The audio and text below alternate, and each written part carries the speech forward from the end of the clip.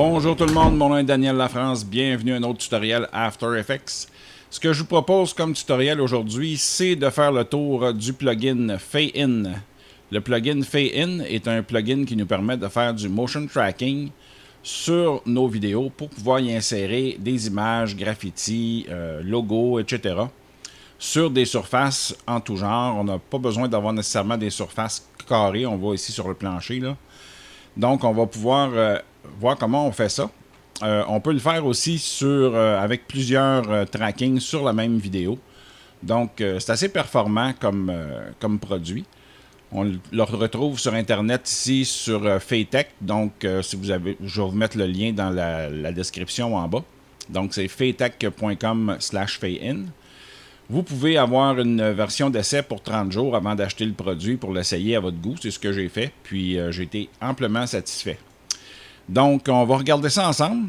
On va voir comment on peut traquer le mur et le sol ici pour pouvoir ajouter nos insertions. Puis, nous permettre de créer un autre effet à notre vidéo. Donc, ce qu'on va faire, on va se créer une autre composition. On va aller dans notre panneau de projet. Ici. On va aller chercher notre vidéo. On va la descendre dans l'icône de composition ici et on va se créer une nouvelle composition. La nouvelle composition va me permettre de voir la vidéo sans insertion, bien entendu. Donc, Fade-In, c'est un effet. Donc, on sélectionne notre calque. On va dans notre panneau d'effets. On clique avec le bouton de droit et on a Fadetech ici. Et on retrouve Fade-In qu'on va appliquer sur notre calque, sur notre vidéo. Donc, on a une deuxième fenêtre qui est ouverte. Là, j'ai déjà des trackings de faits sur ma première démonstration.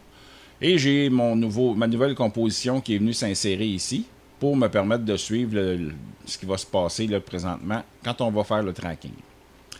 On a deux façons d'ajouter un tracking à notre vidéo, c'est-à-dire on appuie sur Add Track ici, ou on va aller sélectionner notre composition ici et on va ajouter un tracking à partir d'ici. Alors, ce qu'on va faire, nous autres, on va utiliser le bouton ici. On va faire Add Track. Et là, on a une autre fenêtre qui est sortie. Particularité qui est très intéressante avec Fade-In, c'est qu'on peut donner un point d'entrée et un point de sortie. On n'est pas obligé de calculer toute la vidéo si on n'en a pas besoin. Donc, quand on veut faire une insertion puis qu'on n'a pas besoin de le faire tout au long de la vidéo, bien, ça va être beaucoup moins long pour faire le travail si on y donne une plage entre les deux boutons qui vont avoir ici. Présentement, on n'a pas besoin de le faire. On va le faire tout au long de la vidéo. On va commencer par traquer notre surface ici, notre mur ici. Donc, on va cliquer sur le rectangle. Quand on a une forme plutôt rectangulaire, on utilise cet outil-là. Sinon, on va utiliser le pinceau pour déterminer une surface à traquer. Alors, on va tout simplement prendre cet outil-là. On va aller mettre ça sur le long de notre mur ici. On va suivre la perspective un petit peu. Puis, on va aller le mettre comme ça. Ça nous donne une bonne idée de ce qu'on va avoir comme tracking. Si jamais on fait une erreur en déposant, on peut toujours prendre le point et le corriger par la suite. Donc, le mettre le plus droit possible en perspective avec le mur. En deuxième étape, ici, il faut choisir si c'est un élément statique de la vidéo qu'on va traquer ou un élément mobile. Donc, on peut traquer auto, camion, etc. Tout ce qui bouge dans la vidéo, on utiliserait ce bouton-là. Présentement, il y a juste la caméra qui bouge, le mur ne bouge pas, donc on va cliquer sur statique. Et on ne s'occupera pas des paramètres avancés. On va voir ça dans un autre tutoriel quand les trackings sont plus complexes. On va cliquer sur Start et on va laisser faire Fade-In son travail. On voit dans la fenêtre ici que mon tracking est commencé. Je peux suivre le pourcentage ici et je peux le suivre là. Ce que je fais pour ne pas avoir cette fenêtre-là dans les jambes, je vais aller la docker à la suite de mon timeline. Donc, je ne la chercherai pas, puis elle ne sera pas par-dessus toutes les autres fenêtres. Donc, ça va être plus propre au niveau de mon layout. On est rendu à 19%, donc je vais accélérer la vidéo un petit peu, puis je vais vous revenir aussitôt que c'est terminé. Et voilà, mon tracking est terminé. Je vois mon élément, mon placeholder ici. Là, ce qui est intéressant avec ça, c'est qu'on a un placeholder ici qu'on va pouvoir remplacer le contenu facilement. Donc, on va tout simplement faire le tour du timeline. On va l'étirer ici pour voir si notre tracking est en bonne position, s'il ne bronche pas. Et à ce que je peux voir, tout est parfait. C'est un tracking numéro 1. La façon de le vérifier, dans notre panneau d'effets ici, on a ici le Plane Adjustment. On a juste à activer ça. Et quand on active ça, on a ici un petit overview, là, un survol de ce qui s'est passé. Donc, au niveau de la profondeur, Feyin nous dit que c'est OK. L'orientation XY, c'est OK. Et l'orientation Z aussi. Puis, ça confirme ce qu'on voit ici là, avec notre grillage là, qui s'est installé, qu'on peut agrandir si on veut. L'avantage avec Feyin, c'est qu'il nous a calculé notre plan ici à l'infini. Donc, on peut mettre notre holder un peu partout où on veut là-dedans. C'est ça qui est intéressant. Si je le sélectionne ici, on va voir que je peux le déplacer sur le mur n'importe où. Et ça va faire le travail tout le temps. Il va tout le temps rester sans affecter notre tracking. On a pu le changer de place comme on voulait. Donc, on va revenir sur notre effet ici. On va désactiver ça vu que tout est correct avec ce tracking-là. Et là, on va passer aux choses sérieuses, c'est-à-dire mettre une nouvelle insertion à la place de ça ici. Donc, tout ce qu'on a à faire dans notre petit panneau Feyin ici, on va cliquer avec le bouton de droit.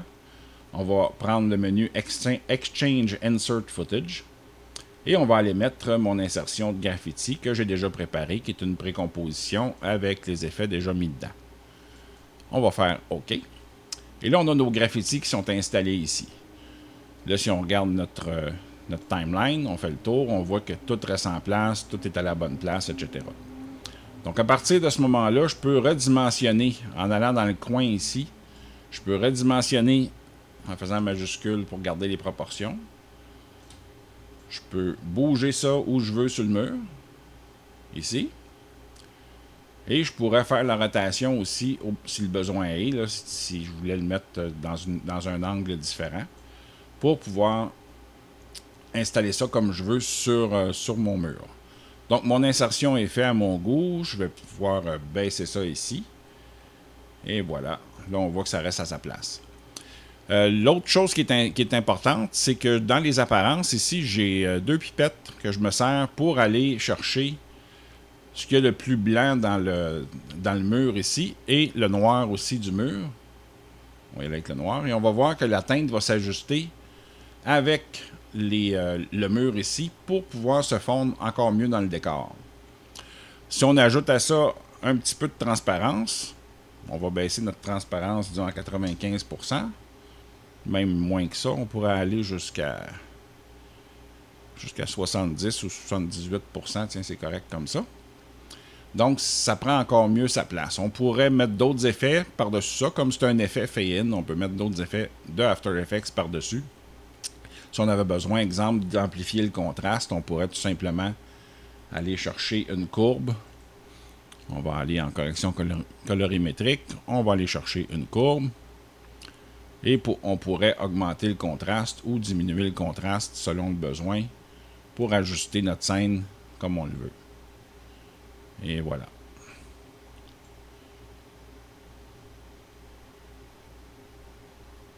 On pourrait le mettre comme ça. Donc, on peut faire tous les ajustements qu'on veut avec ça pour nous permettre d'intégrer facilement ce qu'on veut intégrer dans une scène sans que ça ait l'air ajouté, là, puis que c'est pas mal intéressant comme plugin. Alors, maintenant, si on veut faire un deuxième tracking, on a un premier qui est réussi. On veut faire un deuxième tracking, il n'y a rien de plus facile. On va tout simplement cliquer sur notre vidéo. Et on va aller cliquer sur Add Track encore une fois. Ce que ça va faire, ça va nous ramener notre panneau. Encore là, on peut choisir de traquer la portion de la vidéo qui nous intéresse. Et là, comme on veut traquer le sol ici, puis qu'il n'y a pas vraiment de référence rectangulaire pour se retrouver, on va tout simplement prendre le pinceau ici. Et on va tracer une petite ligne comme ça, tout simplement, pour lui demander de traquer cette portion-là seulement ici de la vidéo. On est en statique encore une fois. Et on va faire Start pour partir le tracking. On a la progression qui est là pour notre deuxième tracking. On l'a aussi dans notre panneau ici. Donc, ça va être facile à suivre. Aussitôt que c'est terminé, je vous reviens. Et voilà, notre tracking est complété. On le voit ici. On a notre plan qui a été inséré sur notre image. Si on fait le tour ici, là, on voit qu'il ne décroche pas. Tout est sous contrôle. Donc, il a l'air d'être en parfaite position pour recevoir une insertion. Là, on voit qu'il est un petit peu de travers. Donc, ce qu'on va faire, c'est qu'on va activer notre Plane Adjustment ici. Puis là, quand on regarde le résultat de Fei-In, on voit que notre profondeur est correcte, XY est correct. Il nous suggère de regarder pour le Z ce qu'on va faire ici comme ajustement. Alors, pour savoir quoi faire comme ajustement, on a simplement à cliquer sur Report ici, Show. Et Fei-In va nous indiquer notre angle de caméra, c'était à combien. La profondeur, c'est OK. Puis ici, il faut vérifier notre alignement de notre plane en bas ici. On va le faire avec l'outil de rotation qui est là. Donc, Fei-In nous dit exactement quoi faire. On va prendre l'outil de rotation. On va prendre le Z et on va tout simplement placer notre perspective. On va regarder notre grille. Puis là, on s'aperçoit en tournant notre grille que la position est peut-être pas tout à fait comme il faut. Donc, on va tout simplement la relever pour la mettre à notre goût. Là, on voit que ma ligne ici, même si je l'extensionne un petit peu, ma ligne ici suit le bâtiment. La même chose pour les lignes ici. Si je veux ramener ça pour voir si ça suit le bâtiment. Donc, j'ai ma perspective est pas mal bonne et mon image s'en va directement vers le fond. Donc, je vais tout simplement désactiver ça. Et là, je vais revérifier mon tracking et on voit qu'il n'y a rien qui a bougé. Tout est parfait. Donc, ce qui me reste à faire maintenant, c'est insérer mon image que je veux mettre sur le sol. On va aller là, ici. On va aller chercher la précomposition ombre que j'ai préparée. On va lui demander de garder ses proportions. On va cliquer ici. Et on l'a installé sur le plancher directement là. Et là, on voit que ça ne bouge pas, puis c'est installé comme il faut. Par contre, ce que je remarque, c'est que comme je n'ai pas donné de carré pour travailler à Fei-In, il m'a placé mon insertion à l'envers. On voit que mon logo là, est à l'envers. Les petites branches ici devraient aller vers le bas, puis là, ils vont vers le haut. Ce qu'il y a d'extraordinaire avec Fei-In, c'est que pour replacer l'effet miroir de tout ça, tout ce que j'ai à faire, c'est prendre un côté et le traverser l'autre côté ici, en gardant le plus les proportions possibles. Et voilà. En pesant sur majuscule, je garde mes proportions. Je l'agrandis un petit peu. Je peux le déplacer, le mettre où je veux. Ensuite, je vais aller ajuster mes couleurs. Donc, je vais cliquer sur le pâle ici. Et pour le noir, on va cliquer ici. Et ça va ajuster notre couleur avec l'environnement. Maintenant, on va descendre un petit peu l'opacité. On va faire T sur notre clavier. On va enlever un petit peu d'opacité, pas trop, peut-être 90% autour d'eux. Et pour éviter que ça soit trop défini, on peut ajouter à ça un effet. On peut ajouter, exemple, un flou accéléré. Un flou accéléré qu'on va ici ajuster à 3-4 pixels, là, quelque chose comme ça. Même si c'est un peu beaucoup, on va mettre ça à 2, tiens. Juste pour être moins défini au niveau de ce que j'ai mis comme texture, etc., pour que ça se marie bien avec le sol. Puis là, bon, on voit que mon tracking est fait de façon parfaite. On a juste à le laisser aller.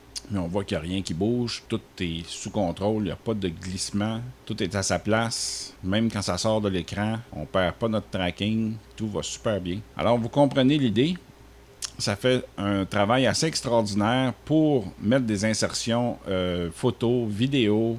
On peut insérer des vidéos sur des murs de bâtisses dans des écrans. C'est excellent pour faire du remplacement d'écran. Pour faire toutes sortes de choses, en fait. Aujourd'hui, si je vous faisais un simple survol là, des possibilités qu'on a avec le Planner Tracker puis le pinceau ici. Et je vais vous faire une autre série de tutoriels qui va être sur des trackings plus complexes. Donc, suivez-moi au cours des prochaines semaines. Là, vous allez pouvoir voir ces vidéos-là, dont un où je vais mettre un logo sur un véhicule qui se promène pas mal. Donc, on va voir comment le tracking peut être très bien fait là-dessus aussi. Alors, c'est tout pour moi aujourd'hui. J'espère que vous avez apprécié la vidéo. Si c'est le cas, faites-moi un pouce en l'air. J'aime toujours ça, savoir que mon travail est apprécié. Puis que vous avez appris quelque chose aussi. Si vous avez adoré la vidéo, s'il vous plaît, partagez-la au plus de personnes possible sur Internet, sur YouTube, sur Facebook, sur tous les réseaux sociaux. Et si vous n'êtes pas abonné à ma chaîne encore, ben faites-le maintenant, ça va supporter mon travail, c'est extraordinaire. Donc, il me reste à vous souhaiter un excellent week-end, puis on se revoit la semaine prochaine pour la suite des tutoriels de Fei-In.